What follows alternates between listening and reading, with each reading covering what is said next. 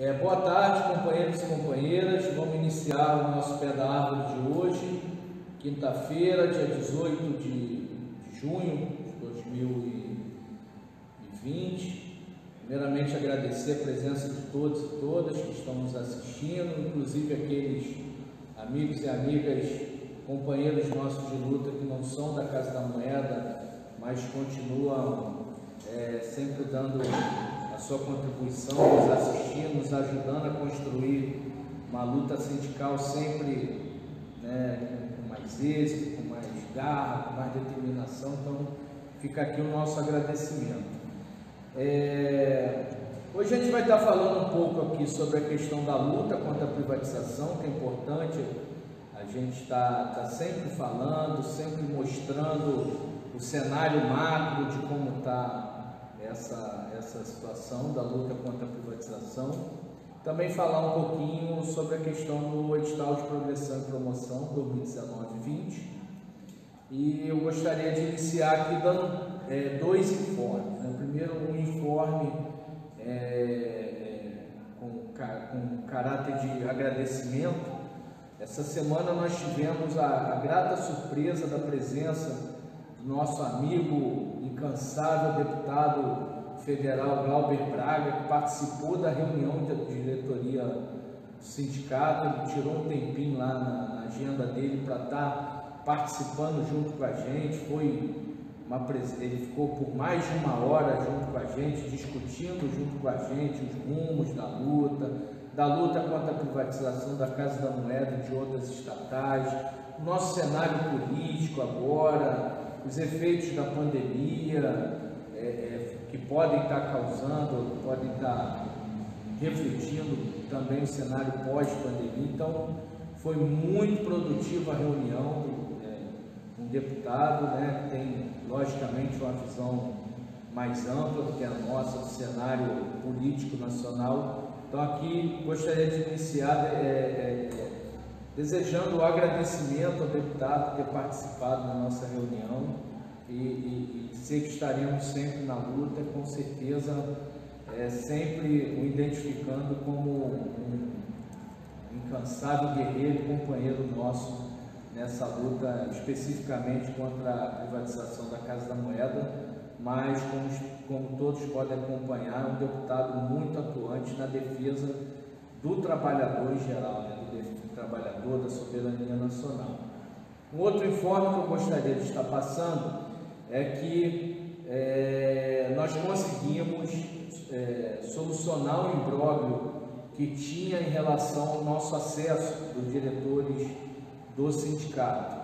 Como todos devem lembrar, em setembro do ano passado, a Casa da Moeda, em uma atitude unilateral, colocou alguns diretores do sindicato em licença remunerada, outros diretores do sindicato em licença não remunerada, e a partir de então, nós dirigentes sindicais que estávamos na condição de licença remunerada de forma unilateral, que não foi solicitado por nenhum dirigente do sindicato, nós ficamos impedidos de acessar a empresa. Isso gerou uma ação judicial, e dessa ação judicial, que foi exitosa, também houve a compreensão por parte da direção desse entendimento unilateral, que não era o correto de estar se praticando. Então a gente conseguiu aí resolver essa condição. Então vamos poder retornar nossas atividades laborais, Muitos diretores de sindicato, apesar de ser diretor de sindicato, mas ele mantém a sua atividade laboral normalmente. Vamos poder estar retornando ao interior da empresa, tendo contato direto com os trabalhadores e também restabelecer a nossa condição como trabalhador da Casa da Moeda, porque antes de ser dirigente sindical, nós somos trabalhadores da Casa da Moeda. Então, graças a Deus, é uma grande vitória nossa que eu digo não só da direção do sindicato, mas como de toda a categoria, que sempre esteve junto com o sindicato, mesmo do lado de fora, comparecendo ao pé da grade ali, a gente do lado de fora, os companheiros do lado de dentro, sempre estiveram atentos manifestações, né, as programações de luta que tiveram. Então, eu acredito que a vitória ela foi coletiva e não só da direção do sindicato. Logicamente que essa condição, né, do nosso retorno está condicionada como a dos demais trabalhadores. Enfim, no momento de pandemia existe lá a questão do grupo de risco, a questão das pessoas que se enquadram em idade maior de 60, filho menor de 12, enfim, a gente está na mesma situação de todos os trabalhadores. E aí, se tiver algum diretor do sindicato que se encontra ali, vai estar na mesma condição do trabalhador, vamos chamar assim, comum, né, que não é dirigente do sindicato. Então, é uma vitória, está restabelecida. Algumas pessoas vieram perguntar quando haverá o pé da árvore presencial, né, e a gente tem que sempre estar enfatizando, nesse momento de pandemia, não é possível a gente realizar aglomeração. Então, por enquanto, nosso pé da árvore ainda vai continuar sendo virtual, por enquanto, pelo menos enquanto persistir essa condição da pandemia. E assim que terminar essa pandemia, essa doença aí que vem arrasando aí diversas vidas no mundo, a gente vai estar voltando, né, à nossa condição normal de estar realizando o pé da árvore, talvez não no mesmo local, porque isso vai depender ali de uma normatização nossa com a empresa, do local dentro da empresa onde vai ser realizado o pé da árvore.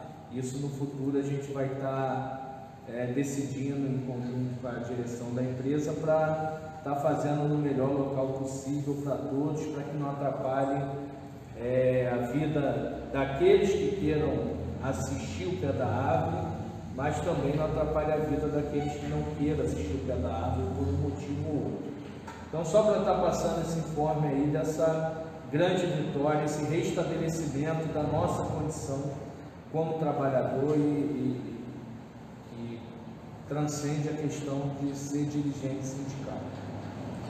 Em relação ao item progressão e promoção, a gente já falou no último pé da árvore, mas vale a pena a gente estar frisando esse assunto.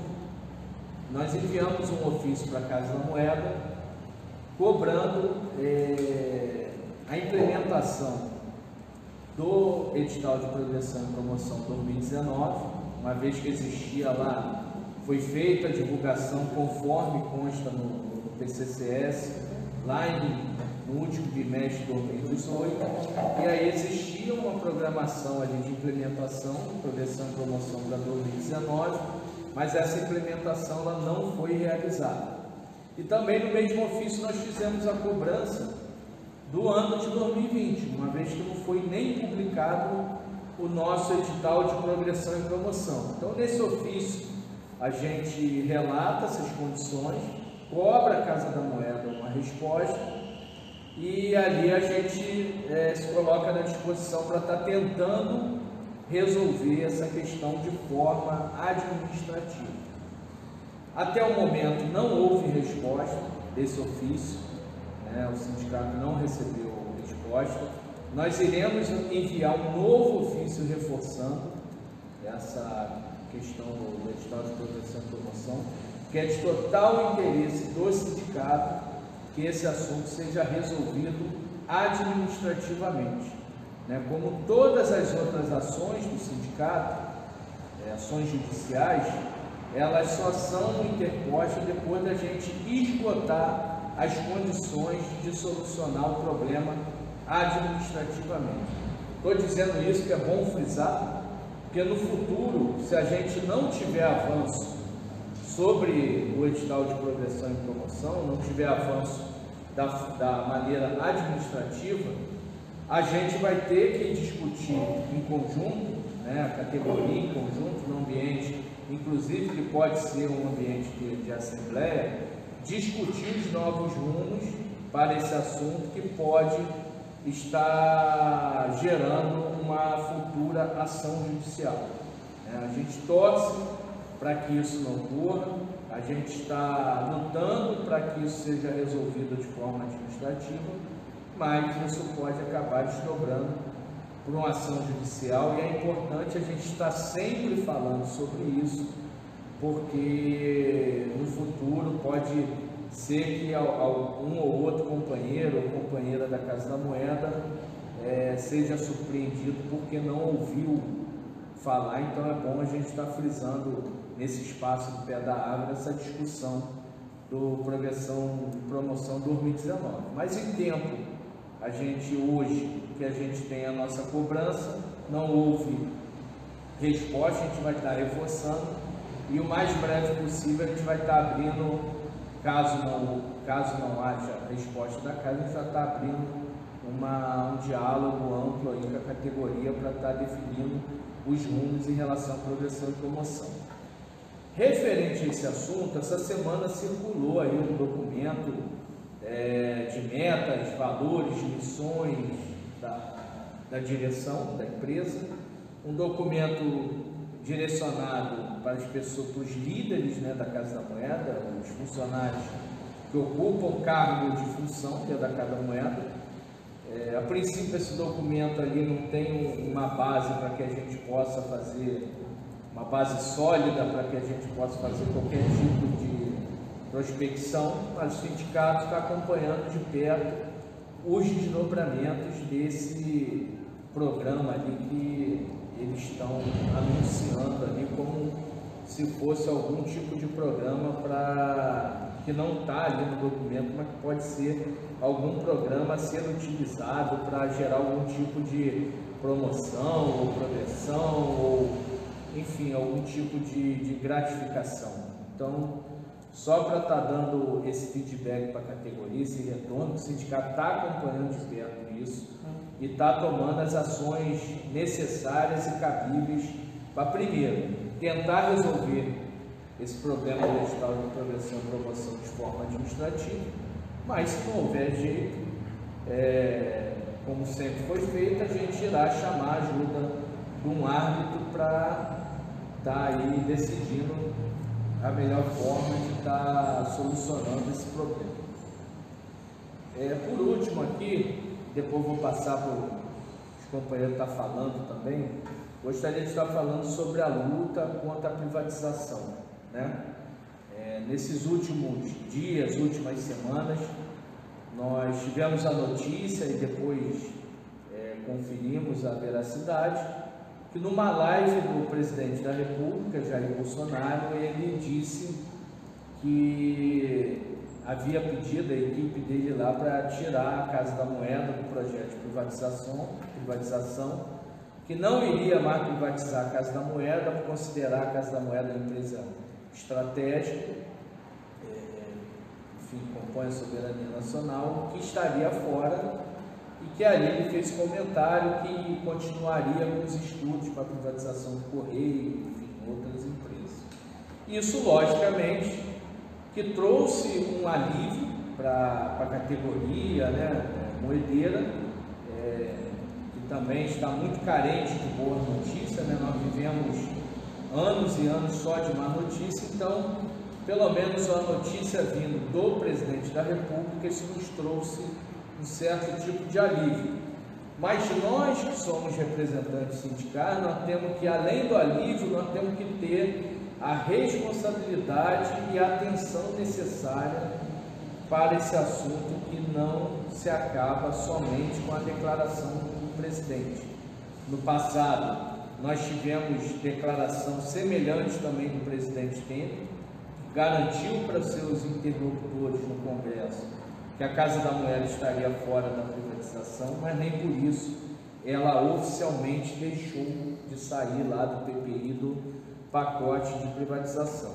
Depois nós tivemos na campanha eleitoral um vídeo do então candidato a presidente da República dizendo que não iria privatizar a Casa da Moeda, né? Então acredito que isso levou até a definir o voto de muitos dos moedeiros.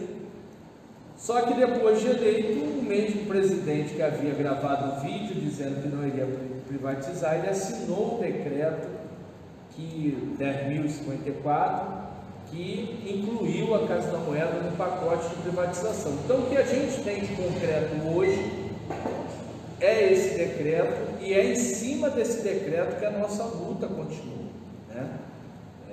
A nossa luta contra a privatização da Casa da Moeda, é bom frisar isso, porque nós do sindicato estaremos na luta contra a privatização de outras empresas estatais, mas a nossa luta contra a privatização da Casa da Moeda, ela minimamente se encerra quando o decreto for revogado. E aí é bom que a gente esteja chamando a atenção, porque houve alguns direcionamentos. Olha, agora que o presidente falou que não vai privatizar mais, dá para voltar a contribuição do sindicato por 1%, deixar de ser 1,5% para 1%. Então, como eu já havia dito aqui antes, volto a frisar, não há interesse de ter nenhum tipo por parte do sindicato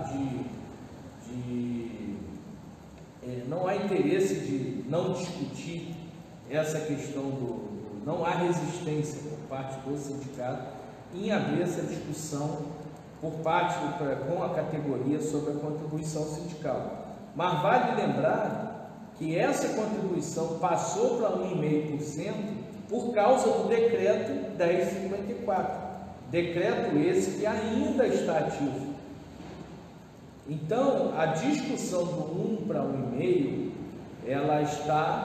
ela foi possível por causa desse decreto. E a partir desse decreto, o sindicato tomou novas ações, inclusive contratou um escritório de advocacia para estar fazendo a luta jurídica específica contra a privatização, e assim a gente vem seguindo nessa luta, né? E aí existiu agora recentemente essa questão de voltar para 1%. O sindicato ele não tem resistência para discutir esse assunto, mas ele tem um posicionamento claro e firme contra a redução desse 1,5% para 1%, enquanto esse decreto não for revogado, enquanto essa luta contra a privatização da Casa da Moeda não estiver sanada, e enquanto nós, como categoria, nós todos, não criarmos as condições de termos um caixa sólido para enfrentar, inclusive, lutas futuras. Esse é o posicionamento do sindicato, mas esse posicionamento pode ser que a categoria entenda diferente e queira buscar um novo entendimento sobre essa contribuição. O que o sindicato sempre se colocou, que a luta sempre vai existir. O que muda é a condição da gente estar lutando, né? Com 1,5% a gente tem uma condição de luta, com 1% a gente tem outra condição de luta.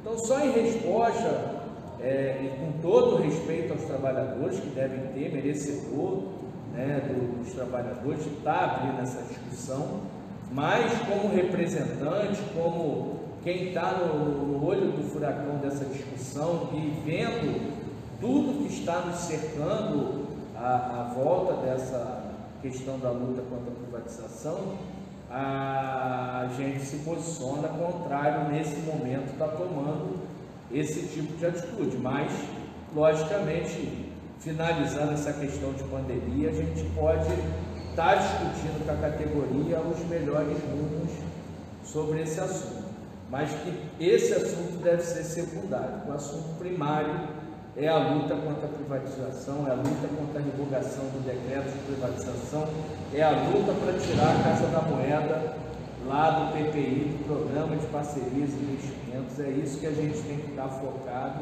e tem que estar atento a qualquer movimentação. Apesar do presidente ter falado que mandou tirar a Casa da Moeda do programa de privatização, os estudos do BNDES não houve nenhuma interrupção lá. Os estudos continuam, não houve nenhum despacho, nada que mandasse parar os estudos. Então a gente tem que estar atento quanto a isso. Bom, gostaria de estar vindo aqui com meus companheiros Vitor e Ivan, que estão participando dessa live de hoje, né, do Pé da Árvore. São os companheiros que estão compondo partir de 1º de junho, a direção do sindicato. É importante a categoria estar ouvindo outras vozes. Vou estar passando para eles dois estarem passando um pouquinho do que eles acham dessa questão da luta contra a privatização, um pouquinho do olhar deles do cenário político, macro também. E eu vou estar lendo aqui algumas perguntas, o Marcos também está lendo. Depois, dentro do possível, a gente vai estar tentando responder algum questionamento ou outro, e para estar da melhor forma informando a categoria moedeira. Então, por ordem alfabética, vou passar aqui para o meu amigo e companheiro Ivan Cáceres para estar podendo falar um pouco com a categoria. Ivan. Boa tarde a todos. Assim como o Rony falou, a luta contra a privatização ela continua. Em 2018, durante a campanha, o presidente eleito Jair Bolsonaro ele fez a promessa de que não iria privatizar a Casa da Moeda, e recentemente numa live ele disse que iria retirar do programa de privatização a Casa da Moeda por ser uma empresa estratégica. Primeiro ele falou que não ia privatizar, agora ele fala que vai retirar de um decreto que ele mesmo criou. Só que a gente precisa continuar mobilizado para a revogação do decreto 10.054, porque ele ainda existe, e o governo gastou 2,8 milhões no estudo de privatização da Casa da Moeda, os estudos do BNDES continuam, tem a matéria do UOL para quem quiser ver, e eu acho que a gente precisa continuar mobilizado nessa frente, em defesa da nossa empresa 100% pública. Muito do que tem acontecido, até em relação ao governo decidir retirar a Casa da Moeda do programa de privatização, é devido à nossa mobilização, devido à nossa luta, é devido, infelizmente, no momento em que nós vivemos, a nossa empresa está se mostrando extremamente essencial. Estamos aí produzindo em larga escala, o DECED produzindo a todo vapor, com os companheiros trabalhando nos finais de semana para suprir a necessidade da população. Então, a categoria precisa continuar mobilizada para a gente estar enfrentando essa privatização e derrubando esse decreto. A respeito do que o Rony falou, da contribuição sindical, eu sugiro que todos assistam o documentário Indústria Americana, que ali mostra como que os sindicatos eles são demonizados e vem toda essa política por trás de enfraquecimento, e ao longo dos anos os estudos comprovam isso, que as consultorias contra sindicato elas só aumentam a partir do momento que os salários diminuem. Então, assim, nós perdemos um grande instrumento que era o imposto sindical. Todos os sindicatos no Brasil vêm sofrendo com essa perda, e a gente tem que ter a consciência de fortalecer a instituição sindical para que a gente consiga fortalecer a nossa luta e daí por diante conseguir melhorar as condições de trabalho e de uma certa forma ter um poder de mobilização da categoria. Basicamente isso. Vou passar aqui para o Vitor, que está dando a opinião dele.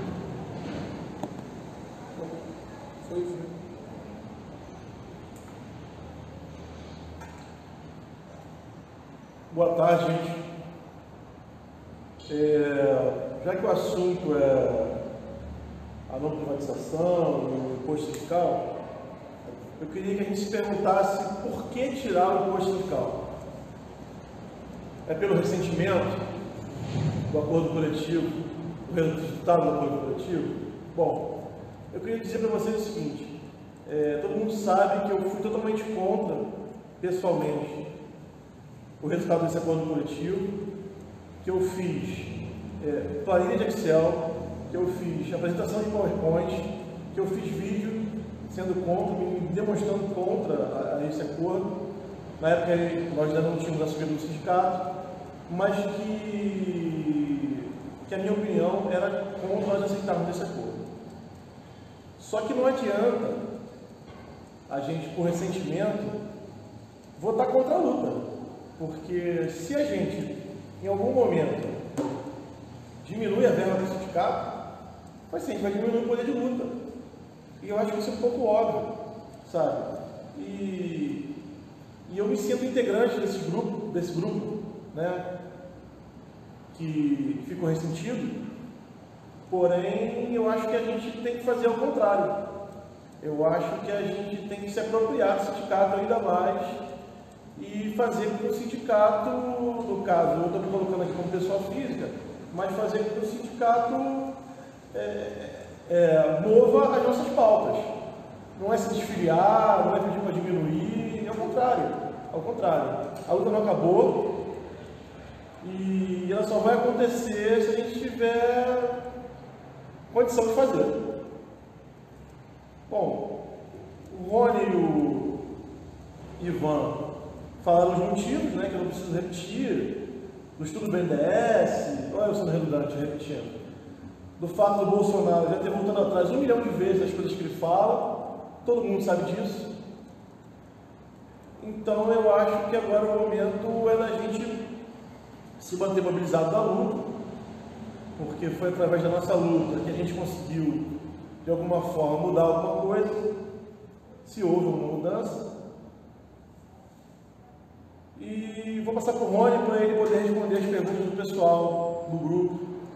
E a minha fala fica por aqui. Eu já li a pergunta aqui do companheiro Adilson, eu vou responder daqui a pouco, tá bom, Adilson? Só para finalizar esse assunto, é bom que todos tenham conhecimento, gostei muito das falas do Ivan e do Vitor, parabenizo os dois pelas falas.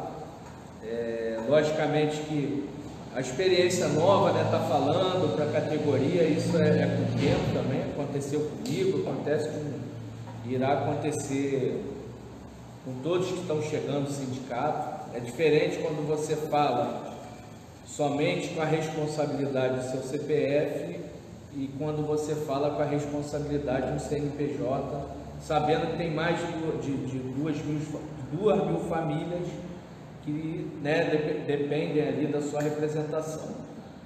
Mas, só para apresentar melhor, o Ivan Cáceres, ele trabalha no DCED, no terceiro turno, então pode ser que nem todo mundo o conheça, porque ele trabalha há muito tempo no horário noturno, então foi uma escolha nossa para estar compondo a direção do sindicato, para estar ampliando essa representação no turno noturno, né? Então o Ivan está quanto tempo na empresa? 10 anos? 9 anos na empresa. O Vitor é do DGE, né? 9 anos também, trabalha lá no DGE. O Vitor talvez as pessoas conheçam mais, porque o Vitor tinha maior exposição, né, no caminhão, nas manifestações. Só para finalizar esse assunto, que é importante a gente estar discutindo, o sindicato de 2017 para cá teve o fim do imposto sindical, né, que isso gerava uma receita expressiva para o sindicato, que dava um colchão financeiro para a gente estar realizando as nossas lutas. Depois veio o PDV 2017, que mais de 300 companheiros, e esses 300 companheiros, sua grande maioria associados ao sindicato, e sua grande maioria as maiores contribuições, deixaram a Casa da Moeda, no plano de desligamento voluntário. No início de 2018 a gente tem, infelizmente, lá o advento da demissão de 212 companheiros, valorosos companheiros, que foram demitidos de forma arbitrária pela direção da Casa da Moeda. Dentro desses 212 também, a maioria sindicalizada e a maioria com as maiores contribuições. Depois nós tivemos em 2019 um mesmo PDV, um outro PDV que também em torno de 110, 115 companheiros deixaram a Casa da Moeda. Alguns desses se mantêm filiados como aposentados do sindicato, outros não. Também teve o advento que deixou de existir, pouca gente sabe, né, que a gente teve até pergunta nesse sentido, daquela contribuição assistencial, que eram 3%, depois passou para 1,5% dividido em 3 parcelas de 0,5%, que era a contribuição assistencial. Toda vez que se fechava um acordo coletivo, era cobrado dos trabalhadores, que, a não ser que o trabalhador se opusesse a esse desconto. Então ali também era mais uma receita que o sindicato tinha para o enfrentamento de luta. Hoje só nos resta a contribuição sindical, que é mensal. Nada disso mais existe. E é a partir dessa contribuição que a gente faz a nossa luta, né? Então, quando a gente enfraquece a contribuição, a gente enfraquece a luta. A gente não está enfraquecendo o inimigo, a gente não está enfraquecendo o governo, a gente não está enfraquecendo a direção da casa quando tem uma discussão de acordo coletivo, que a gente tem que ir para o TST em Brasília, que gera um custo, quando a gente tem que fazer uma assembleia que gera um custo. Está enfraquecendo a nossa própria luta. Então, só para a gente ter isso claro, para a gente também, quando for analisar, se for analisar essa condição, para a gente ter isso bem claro e informado sobre os prós e contras que podem vir a partir dessa decisão de reduzir ou não, né, a contribuição. Se for pegar em média do salário da Casa da Moeda, a gente está dizendo aqui 0,5%, a gente está falando aqui de R$25, né? A redução de 0,5% de contribuição no salário médio da Casa da Moeda, a gente está falando de R$25. Então, R$25 talvez para uma pessoa não tenha grande diferença, mas quando é R$25 de um coletivo para a luta, isso faz total diferença. Isso dá uma amplitude muito maior da gente estar fazendo essa luta. Lembrando que todos nós contribuímos, inclusive nós, diretores de sindicato, também contribuímos da mesma forma. Então aqui vamos tentar responder aqui algumas perguntas. O Adilson, ele fez uma pergunta, acredito que o Adilson seja um companheiro que tenha deixado a Casa da Moeda a partir do PDV 2019, e o Adilson está perguntando se quem saiu no PDV 2019 tem direito às diferenças salariais previstas no acordo coletivo de trabalho. Então, respondendo ao Adilson e os demais companheiros do PDV, no parágrafo único, logo no início do acordo coletivo, na proposta que foi enviada pelo ministro Ives Gandra, na proposta que veio do ministro, existia um parágrafo limitando a abrangência desse acordo coletivo para os funcionários com contrato ativo a partir de 1º de janeiro de 2020. Então essa foi a proposta que veio do ministro e essa proposta que foi aceita pela categoria em assembleia.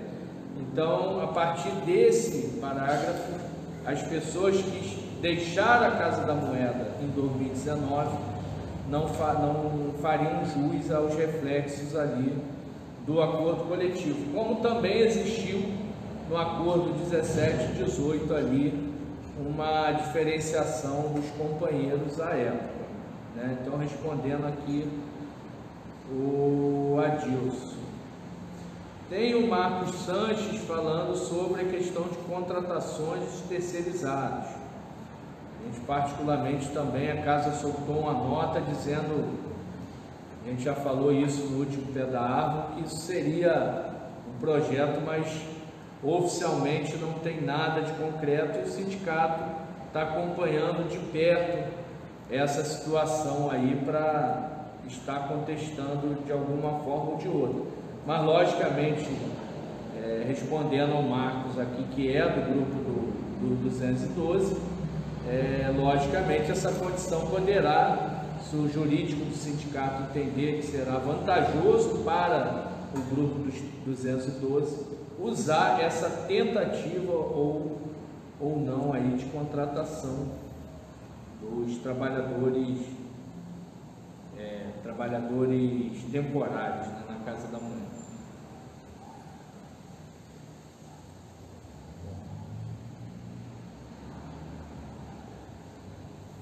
Aqui, Elson.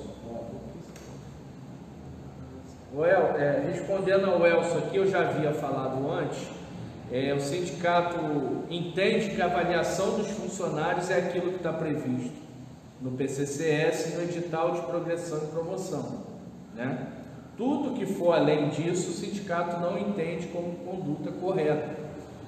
Então, o sindicato já enviou um ofício para a Casa da Moeda cobrando a implementação do edital de progressão e promoção 2019, que não foi implementado, e também a como se dará a condição para 2020, né?